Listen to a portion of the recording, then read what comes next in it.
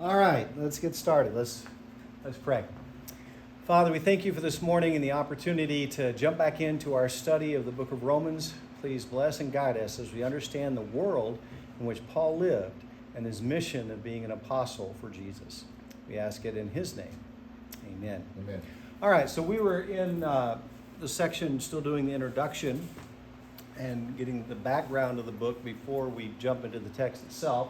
So we had ended with about the author, about Paul. If you recall, he was very well educated in Tarsus. It was a very recognizable city known for its high education standards, its culture, its arts, things like that. It was a major crossroads of the Roman Empire, very wealthy, very well respected.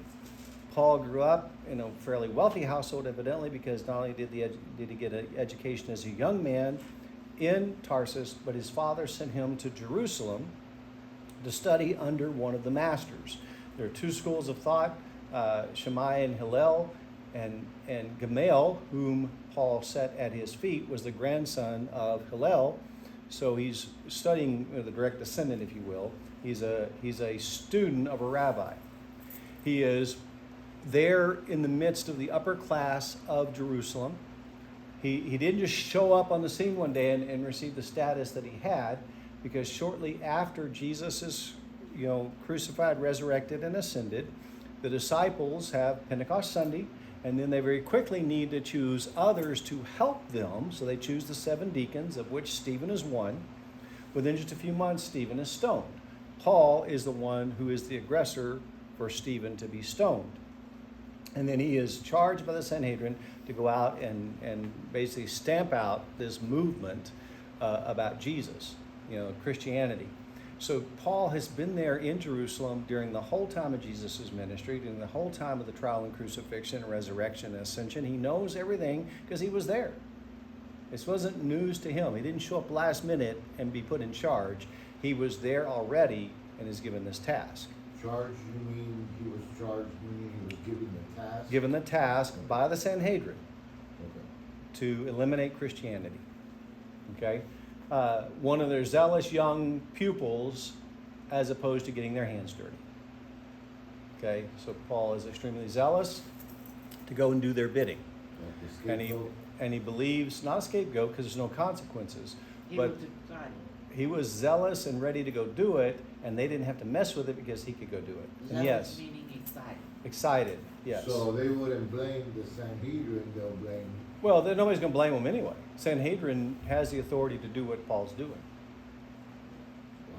So, all right, so more about the date now. For I will not presume to speak of anything except what Christ has accomplished through me, resulting in the obedience of the Gentiles by word and deed, and the power of signs and wonders, and the power of the Spirit, so that from Jerusalem and around about as far as Icarium, I have fully preached the gospel of Christ, and thus I aspire to preach the gospel not where Christ has already been named, so that it would not build on another man's foundation. So Paul is writing to the Romans, and basically he's saying that his work in Asia Minor and Greece, Turkey and Greece, are concluded. And he's looking for a new mission field, an untouched mission field, that he can go and preach the gospel. He doesn't want to come and pastor the church at Rome or do mission work there. He wants to go someplace new where the gospel hasn't been presented. Okay? Now that was Romans 15, 18, 20. Now this is 15, 22 to 28. Okay? For this reason, I've often been prevented from coming to you. But now, with no further place for me in these regions, and since I have had for many years a longing to come to you, whenever I go to Spain, for I hope to see you in passing and be helped on my way there by you. Then when I first enjoyed your company for a while, but now I'm going to Jerusalem serving the saints. For Macedonia and Achaia have been pleased to make a contribution for the poor among the saints in Jerusalem. Yes, they were pleased to do so, and they were indebted to them. For if the Gentiles have shared in the spiritual things, they are indebted to minister to them also in material things. Therefore, when I have finished this, and have put my seal on this first fruits this fruit of theirs, I will go by way of you to Spain. What's the difference between Gentiles and Christians? Nothing? Well, no, it's an ethnic. Jews, everyone's not Jews is Gentile. Gentiles. Non-Jew. Okay? And the apostles at the beginning struggled with, was the gospel just for the Jews, because Jesus is the Messiah, the fulfillment of the covenant made with Abraham, or was what he did also available to non-Jews, Gentiles? And remember, there's a great hatred between from the Jews toward the Gentiles. And I'm sorry, but is all this in chapter 15? huh? All this in chapter 15? Yeah, the previous verse was 15, 18 to 20. Oh, okay. I And this didn't is see that. 15, 22 to 28. So, Paul has the intent to go to Spain. And what lies between, you have Turkey, Achaia, Greece, Italy, and Spain. You got to get through Italy, Rome, to go to Spain. So his plan is, he's taken the offering, and notice what he's talking about. From Jerusalem, from the Jews, has come the spiritual blessings. The message of the gospel of Jesus has been shared with the Gentiles. Okay? So the Gentiles have received the blessings, spiritual blessings from the Jews, so they need to share material blessings back to the Jews. There are suffering in Jerusalem because of the persecution of many Christians are living in poverty. And the church, that's the reason they chose the 7 deacons, is because they take care of the poor. So Paul is delivering money, offerings that the churches in Turkey and Greece have collected to send back to Jerusalem to help the poor people there. He's going to deliver the money to the leadership in Jerusalem and then head to Spain by way of Rome. Okay? So the journey to deliver the offerings to the saints of Jerusalem is referred to in Acts 20 and 21. Paul was determined to travel to Spain and open a new mission field. His plan was to travel through Rome on his way to Spain. The combined events of the conclusion of the ministry in Greece and the journey to Jerusalem would put the approximate date at about 58 AD. Jesus is crucified in roughly 27 AD. So we're talking 27 to 37 to 47 to 57. So about 30 years. Paul has, 25 to 30 years, Paul has been ministering in the whole area of Greece. And you understand, they spent an average of 2 years in every place they went. So he's been working in that area for a long time. He would have been like 50, 52. Well, His age-wise, 49? no, How long he's been?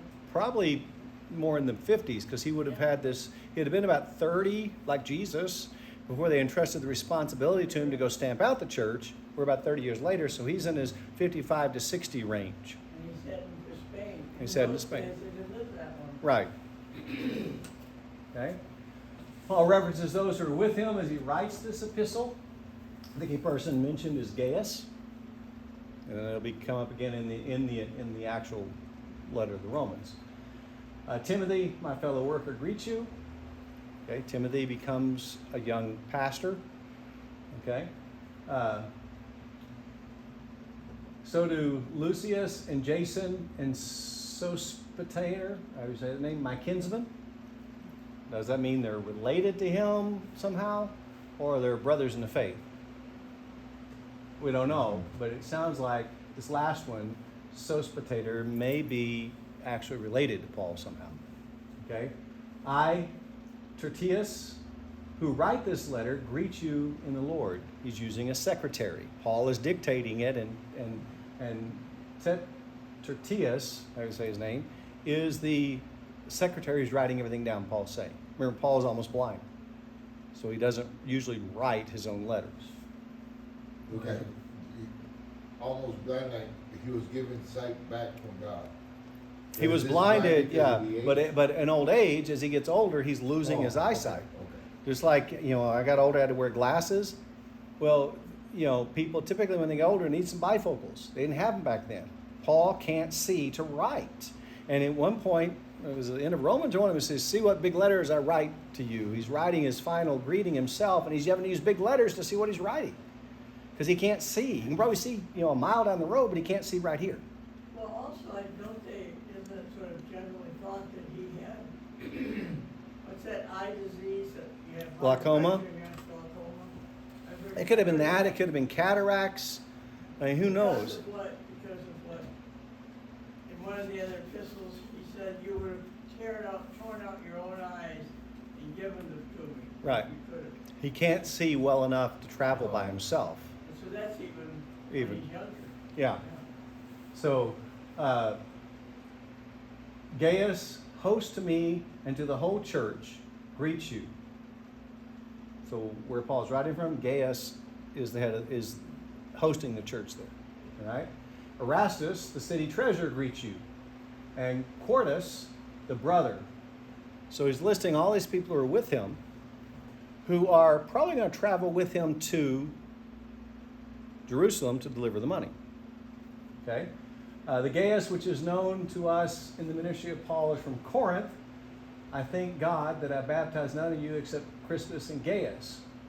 So if Gaius is host to me right now, then Paul is probably writing from Corinth.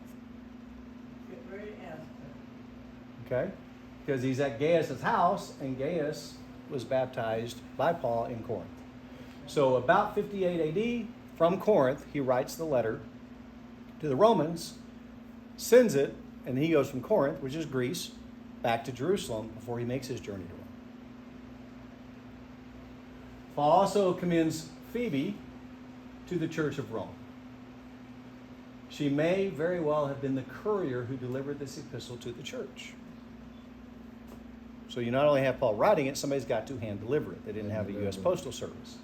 So I commend to you our sister Phoebe, who is a servant of the church, which is at Centuria, that you receive her in the Lord in a manner worthy of the saints, that you help her in whatever manner she may have need of you.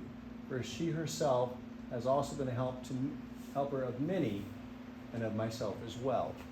So the church at Centuria is a reference to an area south of the city of Corinth. So again, a reference that's probably coming from Corinth, and Phoebe is going to be the one who is there, and he's saying to the Roman church, help her. So she's going to be physically present there, probably the courier of the letter, the one who's delivering it to them. Now we get into a bunch of pictures. We may therefore conclude that Paul was in Greece and in or near the city of Corinth when he penned this epistle. You see Corinth, Athens over here, Sparta, and Corinth. See that little blue line there? That's the Panama Canal of that day. Wow. The little blue line is that little isthmus. They actually dredged it out. It was a pass-through so that trade going from east to west did not have to go south around, but could go through there. The barges, they had big ships. And so Corinth was a very wealthy trade center because of that. Located at the isthmus, and traders would travel. They could travel along the coast, port to port, and not go out in the deeper part of the sea and everything, and they could get through quickly to the other cities. Is that part of Italy? That's Greece. Greece, okay. Okay. The top of it's Greece. Okay. We'll see a bigger. Well, we can go to a bigger picture real quick. We'll back up. All right. See, Corinth is right here. Oh, okay. Okay. So all that area is Greece, but Corinth is just that The little piece. piece of land that connects the two sections of Greece. All right. All right. So Paul's first convert in Greece was Lydia, the seller of purple, a very wealthy person who made her living in the trade of purple material. Purple material was well sought after because it was a symbol of royalty. And how did you make purple material back then? Dyes. No, they didn't have man-made dyes though. You had to harvest a little bitty clam out of the Mediterranean Sea and smush it, and it was inside its blood and stuff was like this purple color. and you would dye the material in the liquid that came out of these little clams.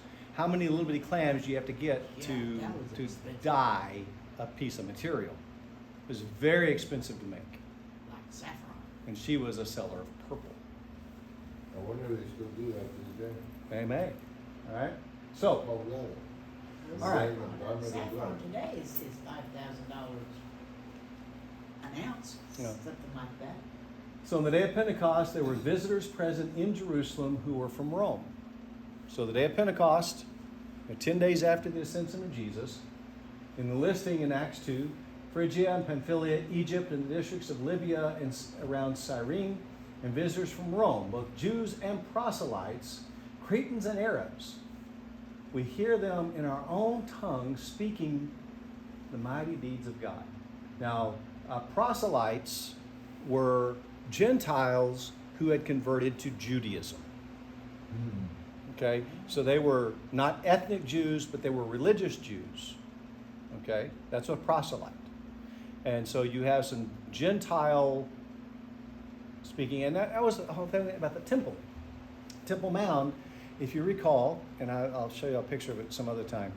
You had the temple, the main building, then you had the court of the priests, and then the court of the men, and then the court of the women. So you get further and further away from the temple. And then out at the outer edge, beyond the court of the women, there was this little fence on the Temple Mound with some gates and guards at each gate. And there is a short wall, not a big wall, and little gates like you'd have in your backyard. And if a Gentile crossed through that gate, they could be executed. It was the one place that the Romans said, you can kill somebody with our permission and we don't have to be there. Remember, Jesus had to be taken to the Romans to be executed. If a Gentile tries to pass the gate from the court of the Gentiles to the court of the women and on to the court of men and court of priests, if a Gentile passes that gate, the Jewish guards can kill him on the spot without consequence from Rome, because that was a sacred Jewish-only area. How So, did they know whether they were Gentiles or not? probably by their way of dress, their appearance, well, but I mean the facial tones Okay. and stuff, skin tone color and stuff. I'm assuming, you could tell someone from Egypt as opposed to someone who's a Jew. But so you had court of the priests, court of the men, court of the women, the fence, court of the Gentiles. Where did Jesus overturn the tables and turn the animals loose?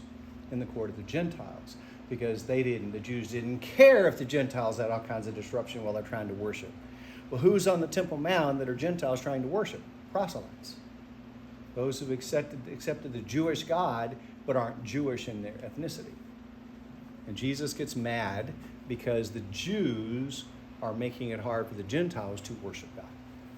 That's why he overturned the money changers and set the animals free and fashioned a whip out of cord and drove the people out.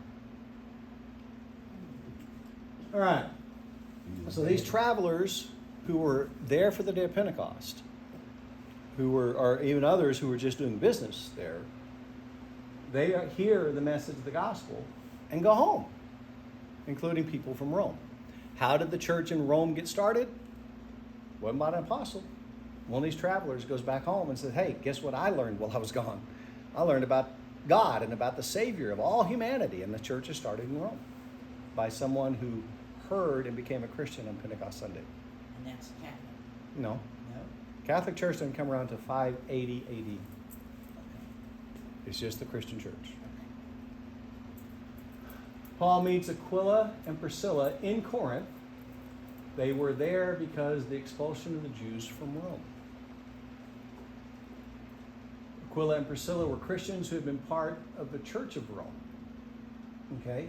After these things, he left Athens and went to Corinth. And he found a Jew named Aquila, a native of Pontus, having recently come from Italy with his wife Priscilla because Claudius had commanded all the Jews to leave Rome. He came to it. So Claudius, the emperor, banishes all the Jews. The Jews have never had an easy time in the world. No, never. It's always the Jews' fault. And so the Roman emperor banishes all the Jews. Where do they go? They just find another city to move to. And so Priscilla and Aquila, who play significant roles in the life of Paul, he meets in Corinth, and they're not Christians until they link up with Paul, but they are Jews. And they've escaped or left Rome and end up in Corinth, and Paul meets them. They become Christians. They become a very influential part of the church. Rome in the middle of the first century had a population of approximately 800,000 people. That's a big city when there aren't any automobiles. Yeah. And where everything is built out of rock and stones and stuff. The population was dense, and the development of suburb areas had begun. Why did Nero get in such trouble? What was the saying about Nero? He fiddled while Rome burned. From what historians understand, Rome was kind of like Washington, D.C., or Detroit, or Dallas. Everything starts at the center, where the Roman Senate, the emperor's palace, everything's at, and grows outward. But as it grows outward, the things closest to center become decrepit and old. It's the slums and the suburbs are the nice areas. Well, Nero, in his nice emperor's palace, there's slums all around. Kind of like today. So what does he want to do? He wants to rebuild it. So how do you do that? You burn it all down and start over. So they set the fire to burn down the slums, the inner city part of Rome, and it got away from them. The fire did. And so who did he blame? Christians. Easy scapegoat. A lot of Rome is burned, so Nero can rebuild it. And when the fire gets out of hand and they can't control it, he has to have somebody to blame, because he's not going to take the blame. Okay? So, Rome was host to many races with a strong Oriental element, among which the Jews were present as a marked influence, despised and sometimes dreaded, but always attracting curiosity. People didn't like the Jews. Why? Because they're different. They believe in only one God. What do the Romans believe? There's dozens of gods.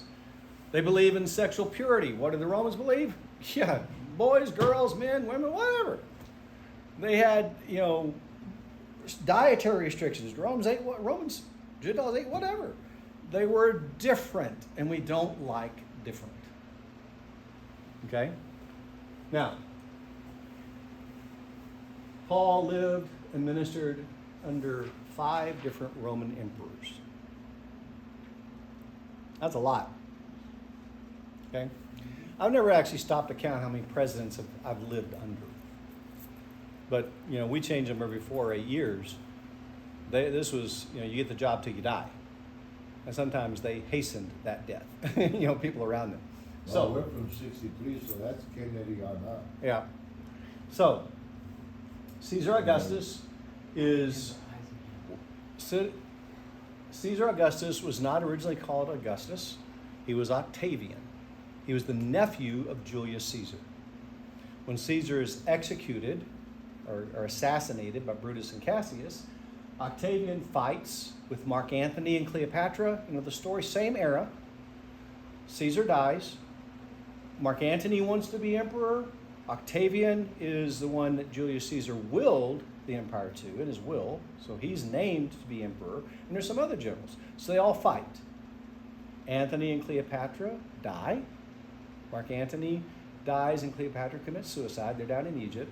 Octavian secures his place as the new emperor and is hailed as Augustus, which is what? To be august is to be royal, to be epic, to be great.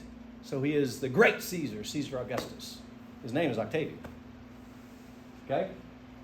He becomes Caesar in 27 BC and rules till 1480 when he dies, and he is ruling while Jesus is born. Tiberius takes over after him for 14 to 37, and he is the emperor when Jesus is crucified. Okay? Caligula is, my note there, a crazy and insane emperor, 37 to 41. He didn't last very long. Okay? Claudius, 41 to 54, a little bit longer, good, sensible ruler who served the empire well. Nero, a narcissistic man who squandered the wealth of the empire and eventually committed suicide to avoid being murdered, 54 to 68. So what, 14 years? All right. So these are the the emperors in the life of Paul. Remember, we're at about 58 when he writes the letter to the Romans. So Nero is emperor. Dangerous time to live in the world. So there's Cesar Augustus. These are the actual statues and stuff that are left of him. Not a bad looking guy. You see him younger, you see him older in the middle. This is Tiberius. Well, they were all in good shape, don't you think? Well, notice there's always artistic, Freedom. yeah.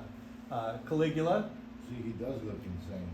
He No. looks like the youngest. Claudius, Nero. Probably younger and older. He obviously partied hardy, he got fat. Okay? Now, the Roman Empire in the first century, everything in red is the Roman Empire. You know, that's amazing. It's amazing to me that Spain, Africa, Italy, Rome, Greece, Asia Minor, that was their names back then and still today. Yeah. So, now you can stem off of Spain and you go a little bit further, you'd have Great Britain. You know, Rome went in there. They never did quite get all of Scotland and Ireland conquered. They tried, but they did secure Great Britain. There's a lot of Roman influence in London and places like that, southern part. And, you know, the great centers of learning, you don't see them on this map, but Alexandria, Egypt would be about here, Jerusalem, Corinth, or the churches in Asia Minor, which would be Ephesians, Galatians, Philippians, all those over here. First Corinthians, Corinthians is over here on the Isthmus, everything, Rome. There are great centers of learning in the ancient world.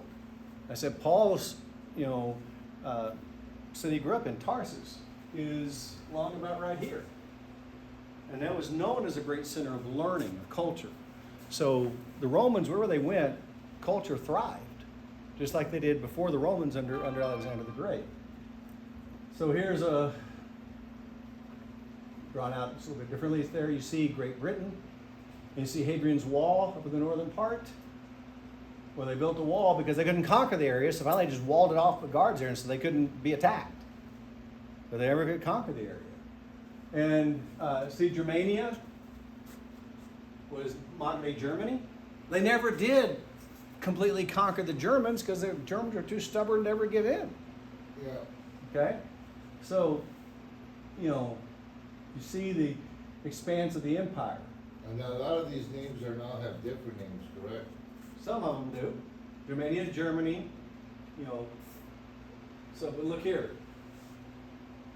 The brown areas are what Cesar Augustus had. From the 14 when Cesar Augustus died all the way to the end of the first century, only little areas were added. They wanted to expand the Roman Empire, but they kind of ran out of steam because what happened? Why did Rome fall? It wasn't because they didn't have military might. They were greedy. Because of the corruption from within. And you got guys like Nero who want to get drunk and have sex all the time, and that's the sole purpose of their existence. What does that do to the leadership of the nation? What does it do when the leadership on down is corrupt and self-serving? You rot from within. And that's what happened to Rome. That's what's happening to us. Well, there's a lot of correlation there. So there's the Colosseum, what's left of it today.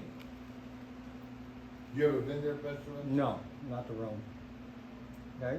And notice this is an artistic rendition, and they think the poles were it's for canopies, for shade over the crowds. Okay? What's interesting about the Colosseum is you go inside and look on the inside, it would have a false floor. So they could flood it and have naval battles. Yeah. They could, have, the floor move and like gladiators come up out of the floor to fight, or wild animals or whatever. Okay, posted around the edge, probably Greek gods, heroes, whatever they want to put around the edge. That's some massive buildings. Look at the size of the people under the Yeah. archway there. And they built that without cranes, without bulldozers, without, Look at these. Amazing. and we think we're so great. Those UFOs. Like Okay. Stonehenge. I mean, how do you think of the manpower needed to create, not only to build the columns, but to erect the columns? Like the pyramids. Cement's been around a long They time. had Well- they had a study in the university on trying to lift one of those the way they think they did it, and it took over 100 and some students, men students, to pull the ropes just to get one of those things lifted up. So Mhm. I can imagine how many slaves it took to build that. Yeah. So look here at the, this is for chariot races and stuff. Yeah. Racetrack. There's the Coliseum. What's this? Freshwater aqueduct. Oh, yeah. Yeah. They had running water. They even had hot and cold running water. They figured out a way to heat water. Well, isn't it true that Rome was the first basically civilized nation back then? No, Really? no. The Babylonians, the Persians, even the Greek Empire and Alexander, they were very sophisticated in their day. Okay, they had laws, they had courts, they had school, they had. No, I'm referencing to the like the streets, the water and the running water and all that stuff. Right, they definitely improved. They took the others' ideas and built upon it and okay. improved it. Yes, they definitely did Okay. that. Okay. Now there's a statue of Constantine the Great. Now, granted, Constantine was a great emperor. You're jumping to the 300s. But look at the size they built it. That guy is standing beside a hand, and look at the size of the head. That's what's left of the statue of Constantine. Constantine becomes emperor of what's left of the Holy Roman Empire in 312. The battle, the Bridge of Milan, he supposedly saw a vision in the sky, and God said, go conquer under this sign, and it was a sign of the cross, and so he put a cross on all the shields and armor and stuff of the Romans. He was the first Christian emperor. He conquered. His enemies, became emperor of the Holy Roman Empire and the first Christian emperor, 312, and he is the one who calls the Council of Nicaea, from which we get the Nicene Creed, as a Christian emperor to put to rest the disputes over the identity of Jesus. Was Jesus a man or was Jesus God? And the Council of Nicaea clarifies that for the church. Therefore, rejecting Arius and his teachings and followings that Jesus was only a man who was endowed with the Spirit of God, the church fell on the side under Constantine's leadership that Jesus was God who became a man. Was he the last emperor? What's your question? Just what you just said. Okay, the church had always taught that Jesus was the eternal Son of God who became a human being when he was conceived in the womb of the Virgin Mary and born. So he is fully God and fully man when he becomes a human being. Arius comes along in the late 200s, up into the 300s, and says, I don't believe that. I believe Jesus was just born a human being, regular mother and father, and at his baptism, the Spirit of the second person of the Trinity came upon him, and he was the Messiah. But when he went to the cross, the Spirit of the second person of the Trinity left him, and just a man died on the cross. Isn't that the truth? Or? No, that's the error. Okay. That's what Arius was teaching. Okay. And so at the Council of Nicaea, those who followed Arius presented their ideas. Those who held to what the church had always taught, that Jesus is the eternal Son of God who became a human being and God died on the cross, presented theirs, and Arius was condemned as a heretic, and the church held on to the truth that Jesus, the eternal second person of the Trinity, took on human flesh in the womb of the Virgin Mary, and as the God-man, suffered and died on the cross and rose again. What do you believe? That, That. that, Foundation of our church. I know, but it's just but what, confusing. I know, but what does Satan always attack? Yeah. The identity of Jesus and the gospel. Who Jesus is and what Jesus did. That's what Satan attacks. In that day and age, Satan was attacking who Jesus is. Because if you don't have the right Jesus, you don't have the right God. You don't have the right gospel. Okay? If Jesus is just a man and only a man died on the cross, the gospel is nothing. A man dying on the cross can't save you from your sins. Okay? So, Constantine was called Constantine the Great. Okay? Now, back up for a second. Way back. See here, Byzantinum, modern day word. What was the old ancient name of that city? Constantinople. Why? Because in the 300s, here's Rome way over here. Constantine said, I want to be in the center of the empire as emperor. So he moves the capital of the Roman Empire here. Oh. So this becomes the capital of the Roman Empire in the 300s. Rome is forgotten about. They don't like that. Okay? Constantine is a Christian. So you have Christians over here who say, hey, we finally have arrived. Our emperor's a Christian. What about us? And over here, the church is going like crazy because Constantine the emperor is there and he's a Christian.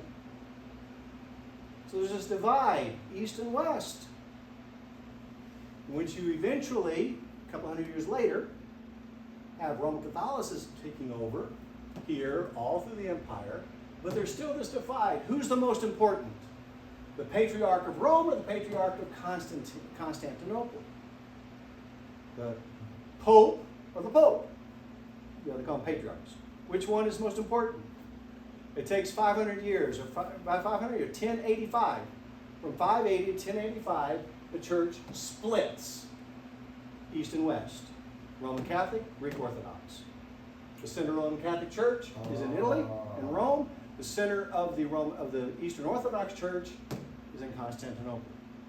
Patriarch of Constantinople heads over the whole Eastern Orthodox Church. The Pope heads over all the Western Roman Catholic Church. Still like that today. 1085 is when they split. 500 years of arguing and fighting, they finally just said, okay, let's just go our separate ways. Let's be two kingdoms of God in the world instead of one. I sometimes find it hard to understand that, like you said, 500 years. You know, that's like me growing up to be an old man, and then my son keeps up the fight, and his son keeps up the fight. And Yep. his son keeps Except up it's all political. It's all about power. Remember, there are, you know, from that time, from the time the Roman Catholic Church started in 580 forward, they came up with all these teachings that didn't even hold to them. I mean, there's stories of popes having children, even though they're supposed to be celibate, you know, all this kind of stuff. And there was a time when Italy, when Rome wasn't where the Pope was seated, the Pope was over in Spain. There were 2 popes, 3 popes at a time fighting with each other because different parts of the church would say, we want this person to be Pope, others want this person to be Pope, and they'd fight amongst themselves. That was happening too, after 1085. This is crazy, all right? Catholics is just weird all from the beginning. All right, so there is a bar in Pompeii. Go in and have a drink. And Pompeii was consumed by the volcano, but then this is a bar. Is that what they found? Yeah, as they've done. Digging? Yeah. Wow. And look at the murals on the walls. Yeah. Okay. There is, you know, Your cast iron skillet. yep, cookware from that 1st century time period. Murals, not half bad in their ability to do it, and they survived, you know, 2,000 years. There's a Roman bath. Remember, it had warm water. That's a lot of naked men in there. There's another one. Nice. There's a Roman Senate that has survived to this day. The Romans also invented concrete, which enabled them to construct buildings as never before in history. They also used their new discovery to create a road system throughout the empire, and there are the roads of the Roman Empire. That was on a question on a game show I watched last week. Who created concrete? Uh-huh. Yeah. So notice, you know, we always talk about God's timing. Alexander the Great brings a universal language into the world. Doesn't matter whether you're Arab, whether you're Greek, whether you're Roman, whether you're a Spaniard, whether you're in Israel, whether you're in Egypt, everybody spoke Greek. It was the world language for trade, for existence under Alexander the Great. But then it was kept on as kind of the trade language. Wherever you went, if you knew Greek, you could communicate with somebody. So it was the international trade language. Even though I was born in down here in Africa and spoke, or in Egypt and spoke Egyptian, I could go over here to Turkey where they spoke Turkish, or whatever they spoke then. But we both speak Greek because we're doing business with each other. Okay, so you have a universal language when Jesus is born, and Rome has been around since Julius Caesar, who's consolidated the Roman Empire. They've discovered concrete, and they've built this road system. So not only does everybody speak the same language, they can travel quickly and easily. So we were bilingual. Most everybody spoke more than two languages. Do you know what Yeah. the universal languages now? I have no idea. Probably Spanish. I read one time that it's Cantonese. Really? Yeah. So here's Israel. The roads passing, going over to the west or to the east, like to Babylon and places, modern day Saudi Arabia. Look at the road systems in Turkey, the roads in Greece. Look at the roads in Rome, Africa, over to Spain, over to Britain. Romans built all those roads. And that was all done by slaves. Yeah.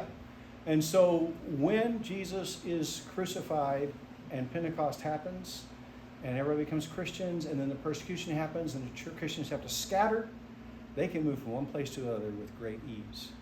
They don't have to get on a ship and go across the Mediterranean. They can go over land easily because the Roman roads were also patrolled by Roman guards. There was security and safety in the empire to travel.